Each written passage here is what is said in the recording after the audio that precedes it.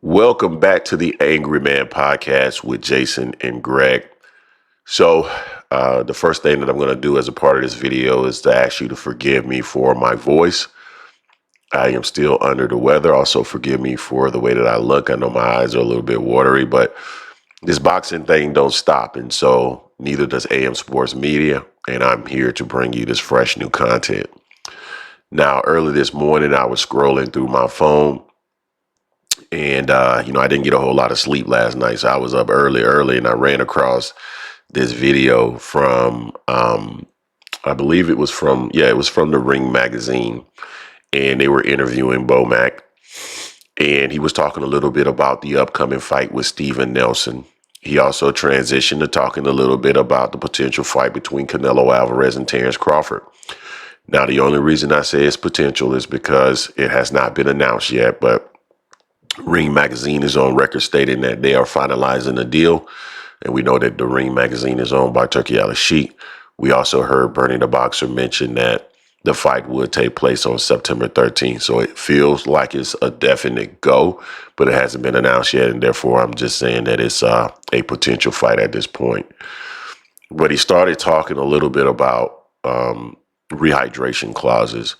And, there were rumors out there that potentially Terence Crawford was looking for a rehydration clause on Canelo Alvarez. And Bomac was quick to dispel that. But the answer that he gave was quite interesting because it was worded in a way that would suggest he was taking a shot, right? Because it was the way that he answered it was not necessary. And in my personal opinion, it's a continuation of top rank related fighters or Terence Crawford related fighters tying their names to the biggest fighters in and around their weight class to continue to elevate their name and their standing within the sport. Now I'm going to play this video and I'm going to react to it. And I'm going to tell you why I believe that he took a shot at Gervonta Davis. And then we'll go from there. So let me pull this up here real quickly. I think this is probably going to be maybe 20 or 30 seconds or so. I think I got it in the right spot. So let's go ahead and play it. And yeah, you guys have zero issues with. I have no issues. No issues. Terence ain't got an issue with it. I ain't got an issue. Because, in the. What's interesting here is that he says if Terence doesn't have an issue with it, I don't have an issue with it, which would imply that if Terence did have an issue with it, then perhaps you would have an issue with it. But that's what makes the next comments kind of interesting. Past, most guys, when they're fighting bigger guys like that, that's going to be the first thing that they want. That's some pussy shit. That's some weak shit. Oh, you can't come in this much and shit. Man, get the fuck out of here. It's boxing. You got on the scale. I made the weight. Regardless when I come back, ass. Hey, you accepted the fight. Let's get in there and fight like me. Simple as that. Appreciate you, Bomac. Thanks for the time. So those were Bomac comments. Now, he said that's weak. That's for, PUSSYs. And, what's interesting is there's one prominent name in regards to rehydration clauses over the last, I don't know, I would call it probably several years. And that's Gervonta Davis. Gervonta Davis had the rehydration clause with Ryan Garcia, because Ryan Garcia, of course, the context is always left out. Ryan Garcia had the option of weighing in at 135, and there would have been no rehydration clause, and they would have fought for a title, or he would have had the opportunity to weigh in at 136 with a rehydration clause. He chose the latter versus the former, yet somehow that is the issue of Gervonta Davis. Now, the reason why I think that this is a shot at Gervonta Davis is very simple.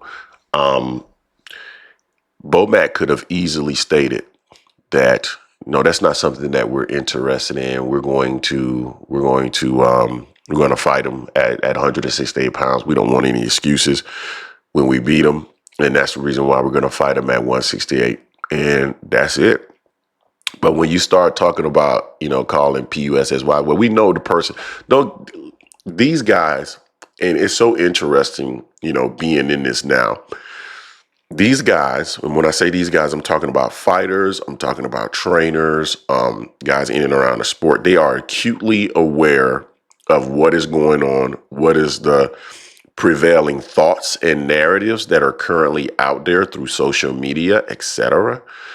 And so don't get it twisted. Bomac is keenly aware that there has been a sentiment around this rehydration clause related to Gervonta Davis.